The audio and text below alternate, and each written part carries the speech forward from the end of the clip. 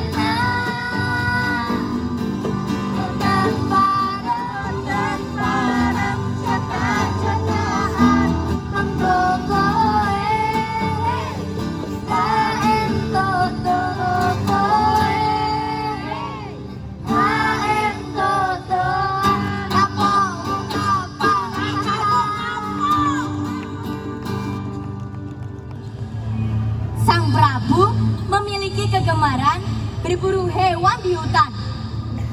Seorang diri tanpa pengawalan prajurit istananya.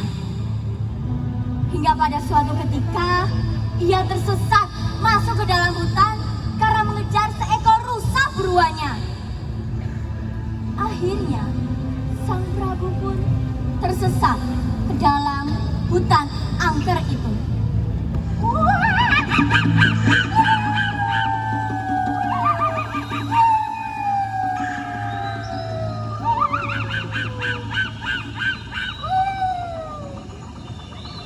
Aneh sekali tadi. Belum melangkah saya dikejar, tiba-tiba hilang.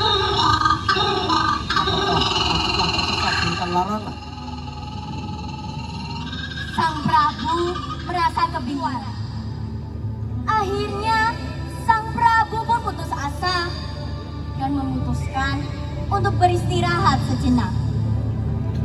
Pada saat inilah ketika Sang Prabu sedang beristirahat, dari kejauhan tiba-tiba ia mendengar alunan suara tembang. Singgah, singgah,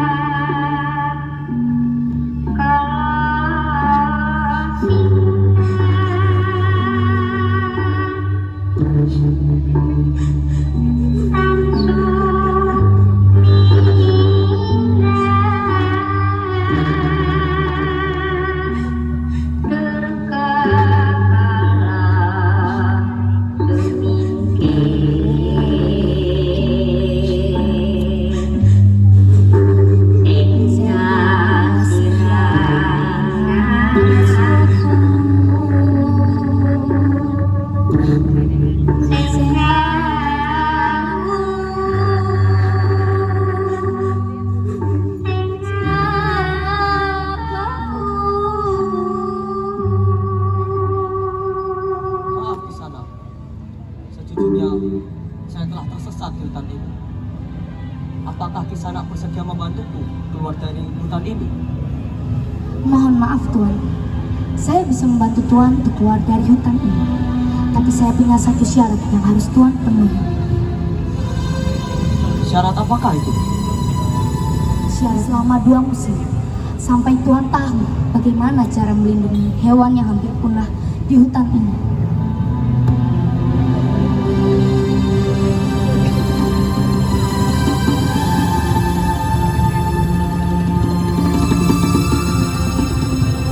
Prabu pun setuju dengan persyaratan tersebut dan tinggal bersama wanita cantik itu di hutan. Namun, seiring berjalannya waktu, mereka pun akhirnya saling jatuh cinta dan menikah di hutan itu juga. Setelah 2 musim pun terlewati, Sang Prabu akhirnya meminta izin kepada istrinya untuk kembali pulang ke istananya. Istriku, sudah saatnya aku pulang ke istana untuk menjalankan roda pemerintahan di bumi Pajajaran. Kembalilah ke kerajaanmu, tapi jangan lupa untuk sesekali menengokku di hutan ini.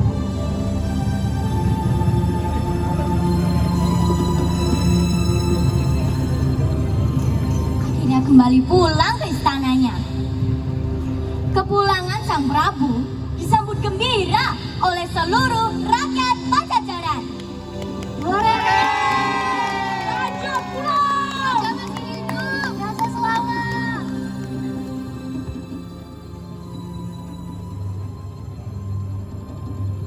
Mereka mengira bahwa rajanya telah menghilang di hutan belantara itu. Akhirnya, Sang Prabu pun disibukkan dengan tugas yang ia tinggalkan selama ia masih tinggal di dalam hutan, sampai ia pun lupa untuk menengok istrinya di dalam hutan tersebut. Saat Sang Prabu sedang tertidur lelap, tiba-tiba ia mendengar suara tangis bayi.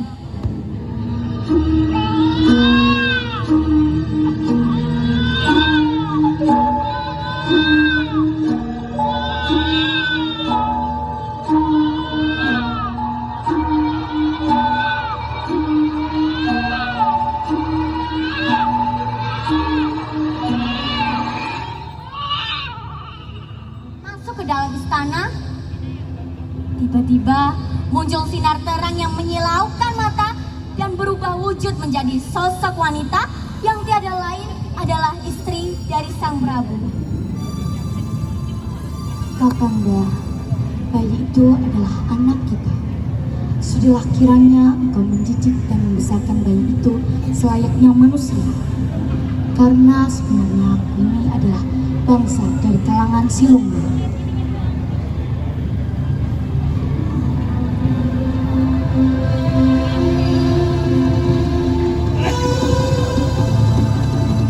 Belum sempat Prabu bertanya banyak pada istrinya, sang istri pun menghilang begitu saja. Prabu Siliwangi pun lantas mendidik dan membesarkan bayi itu dengan penuh kasih sayang dan memberinya nama Putri Kadita. Putri Kadita tumbuh menjadi gadis yang cantik dan berbudi pekerti baik, sehingga semua rakyat Pajajaran sangat mencintainya. Namun, sang Prabu mulai memikirkan siapa penerus tahta kerajaannya. Hingga akhirnya ia pun diminta untuk meminta izin kepada sang putri untuk menikah kembali. Apakah kau setuju jika aku menikah dengan Dewi Mutiara? Baiklah ayahanda, jika memang itu kehendak ayahanda dan demi kebaikan negeri Pajajaran ini, tentu saja hamba menyetujuinya.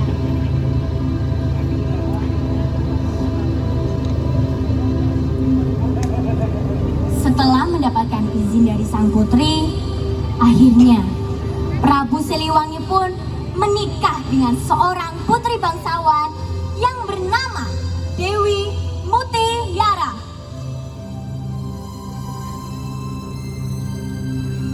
Beberapa bulan pun berlalu. Terdengar kabar bahwa Dewi Mutiara telah mengandung seorang bayi lelaki untuk meneruskan tahta kerajaan ini. Di tengah kehamilannya, Dewi Mutiara berubah menjadi sosok yang egois dan suka memerintah. Kakanda, aku ingin mengadakan pesta setiap hari hingga bayi laki-laki dalam kandunganku ini. Lagi pula, bagaimana kamu tahu bahwa anak kita itu laki-laki? Mohon maaf, Baginda. Sebagai ahli nujum istana, hamba sudah mendapatkan jawaban dari Yang Maha Kuasa bahwa Dewi Mutiara akan segera melahirkan bayi laki-laki yang kelak akan memimpin negeri Pajajaran.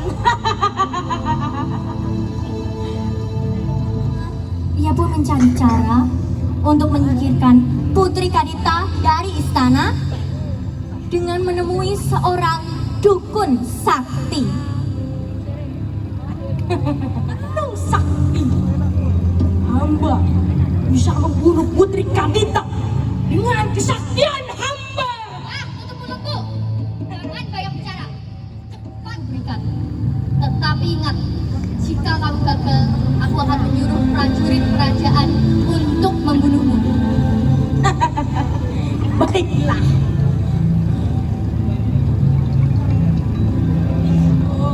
Mata hati Gondomaye, Sun Sabete Gunung Jukro,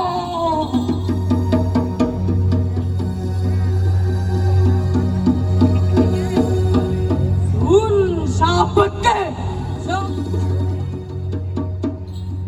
Lapor Sepadan Sungsang.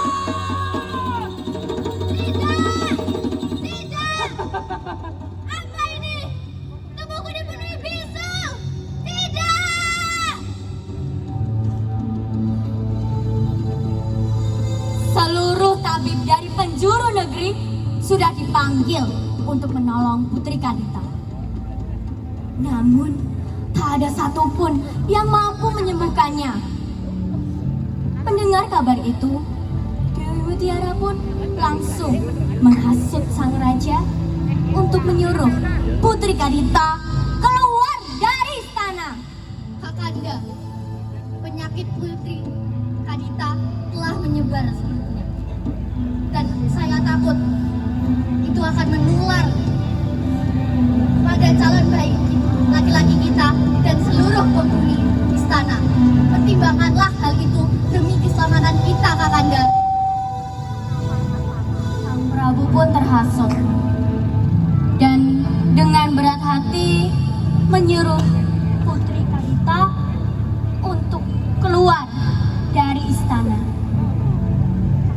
Jagalah dirimu baik-baik, Putri. Bersedialah kamu untuk pergi dari istana ini. Hamba pamit undur. Hingga akhirnya ia berhenti di tengah hutan belantara. Di sana pun ia menangis dengan ketakutan. Akhirnya ia memulai doa ratapan. Ya Tuhan yang Maha Segala, yang Maha Pengasih dan Maha Penyayang, hamba serahkan hidup dan mati hanya padamu.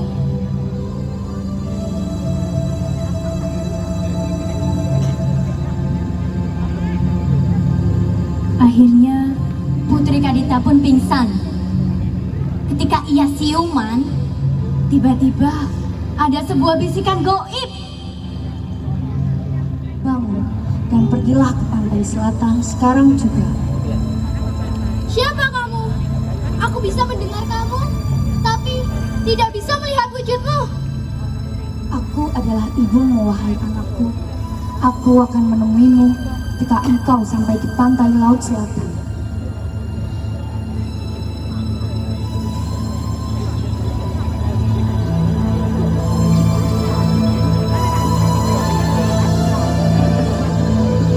Suara goib itu pun menghilang. Putri Kadita akhirnya berjalan ke pantai selatan, melewati teriknya matahari dan lebatnya hujan. Sampai akhirnya ia sampai di tepi pantai selatan. Ia diam tertegun melihat keindahan ombak alam pantai selatan. Ya Tuhan, apakah ini sungguh indah alam ciptaanmu ya Tuhan?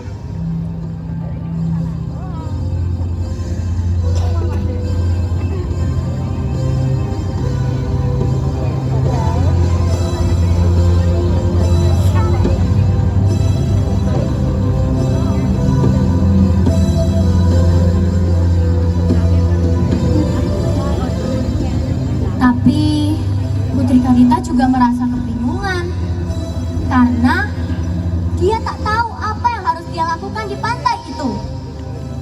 Akhirnya Putri Kadita hanya bisa diam duduk sambil memandang keindahan pantai selatan. Air matanya menetes karena rasa rindu kepada seluruh rakyat Pajajaran dan kepada Sang Prabu Siliwangi. Akhirnya suara goib ibunya itu pun kembali terdengar. Masuklah ke dalam laut, anakku, dan menyatulah dengan alam sekitarmu. Putri Kadita merasa tak percaya. Namun, suara itu kembali terdengar. Dan menyatulah dengan alam sekitarmu. Akhirnya, dengan penuh percaya diri, Putri Kadita melompat ke dalam laut pantai selatan. Dan ajaib, seluruh bisul yang ada di tubuhnya perlahan menghilang. Dan wajahnya juga berubah menjadi lebih cantik. Akhirnya, apa yang ditimpanya, ia tak pernah ingin ada rasa balas dendam. Sejak saat itulah, Putri Kadita disebut sebagai penjaga laut pantai selatan dengan gelar Nyi Roro Kidul. Nah, itulah teman-teman cerita legenda dari Nyi Roro Kidul. Dan ingat pesan moralnya ya. 1. Orang lain. Karena sikap iri dengki dapat merusak dirimu sendiri. Teruslah bersabar karena kesabaran akan membuat kamu terjauh dari kesalahan. Sampai jumpa.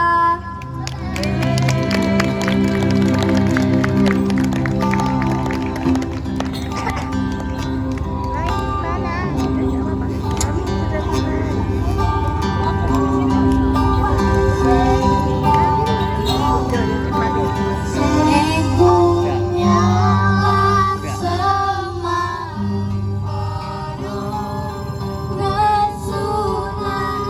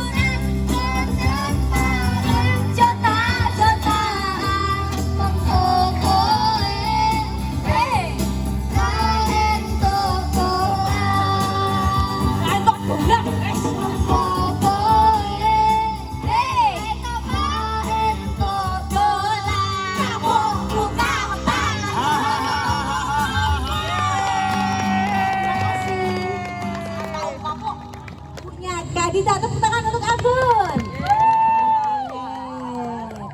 Yang sebelah kanan saya, siapa Dek? Nares. Nares. Yang memerankan Putri Kak Dita, tepuk tangan dong. Sampingnya JJ ada cantik jelita ini permaisurinya. Namanya siapa Mbak? Ramya. Tepuk tangan untuk Ramya. Baiklah, Ramya, di sebelahmu ada makhluk seram. Dukun ini. Mbak Dukun, Mbak Samantha. Mbah Dukun, Mbah. Jenengku Evan alias Dukun KW. Tepuk tangan untuk Eva. Luar biasa. Nah, ini yang terakhir, yang paling ujung, yang paling tinggi, yang paling ganteng, yang paling hebat. Jenengku sapa? Jeneng kula Teto. Iya, tepuk tangan. Oke, Bapak Ibu sekalian, dengan berakhirnya dongeng yang luar biasa dibawakan oleh anak-anak kita dari Sanggar Langen Kusumo, kita terima kasih sekali